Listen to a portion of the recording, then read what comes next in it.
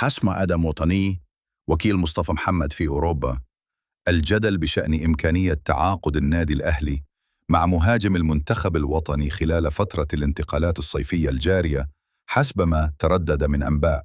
وقال آدم وطني في تصريحات خاصة للوطن سبورت: مصطفى محمد لن يذهب للنادي الأهلي وسيستمر في أوروبا. وجاء رد آدم وطني بعد الشائعات التي طالته بتواجده في مصر من أجل التفاوض مع مسؤولي النادي الأهلي حول انتقال مصطفى محمد للقلعة الحمراء، وهو الأمر الغير صحيح حسب ما ذكر في تصريحاته للوطن سبورت.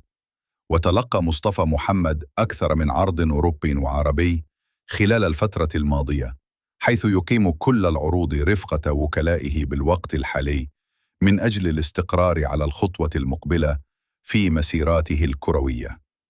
ويستعد مصطفى محمد مع نانت الفرنسي للموسم الجديد، حيث خاض مباراة ودية ونجح في تسجيل هدفين أمام فريق ستاد لافالو في المباراة التي تعد الفريق للموسم الجديد.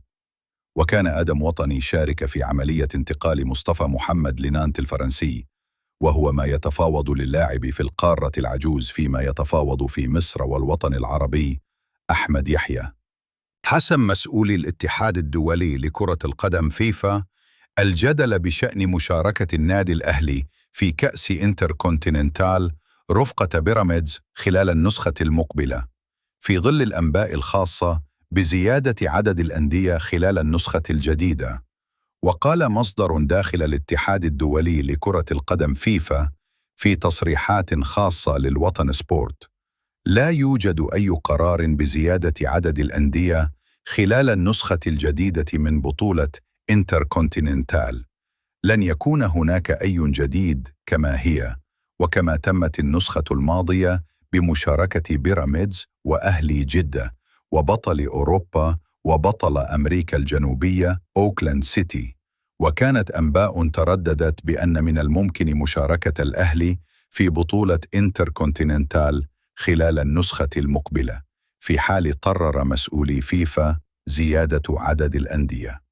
وهذا يأتي لتصنيف النادي الأهلي المتقدم في قارة أفريقيا، ولكن تم نفي الأمر والتأكيد على أن البطولة ستقام بعدد الأندية المتفق عليه بشكل طبيعي. ذكرت الإذاعة التونسية موزاييك أن مباراة الأهلي والنجم الساحلي الودية مهددة بالإلغاء خلال معسكر القلعة الحمراء في تونس، ومن المقرر أن يخوض النادي الأهلي معسكراً خلال الفترة من 18 يوليو الجاري حتى 29 من نفس الشهر في تونس، استعداداً للموسم الجديد.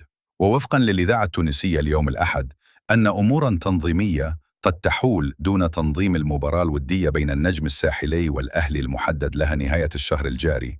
وأضافت: الأهلي طلب من النجم الساحلي خوض المباراة في مدينة طابرقة، حيث يقيم الفريق المصري معسكره التحضيري، في حين عبر مسؤولو النجم الساحلي عن رغبتهم في إجراء المواجهة الودية في الملعب الأولمبي بسوسة.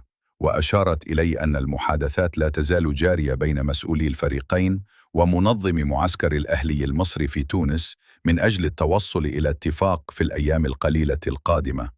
وكانت صحيفة الصريح التونسية قد كشفت عن خوض النادي الأهلي 3 مواجهات ودية أمام الملعب والنجم التونسيين، بالإضافة إلى شباب بلوزداد الجزائري. وجه الإعلامي خالد الغندور انتقادات لاذعة لطريقة تقديم الأندية، وعلى رأسها الأهلي والزمالك، لصفقاتها الجديدة والمدربين، معتبراً أن الأساليب المستخدمة باتت سطحية وتحمل رسائل تثير الانقسام بين الجماهير.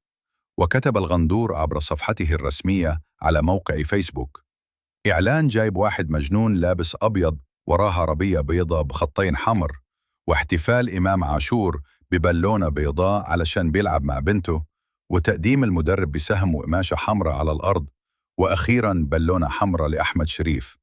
كلها تفاهات الغرض منها إثارة الفتن بين الجماهير.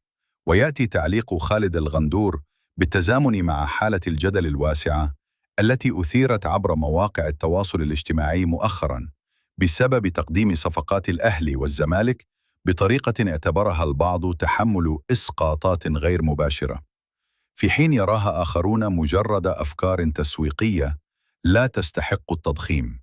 ويستعد قطباً الكرة المصرية في الوقت الحالي لمنافسات الموسم المقبل 2025-2026 من خلال الدخول في معسكرات مغلقة وتدعيم الفريقين بصفقات جديدة.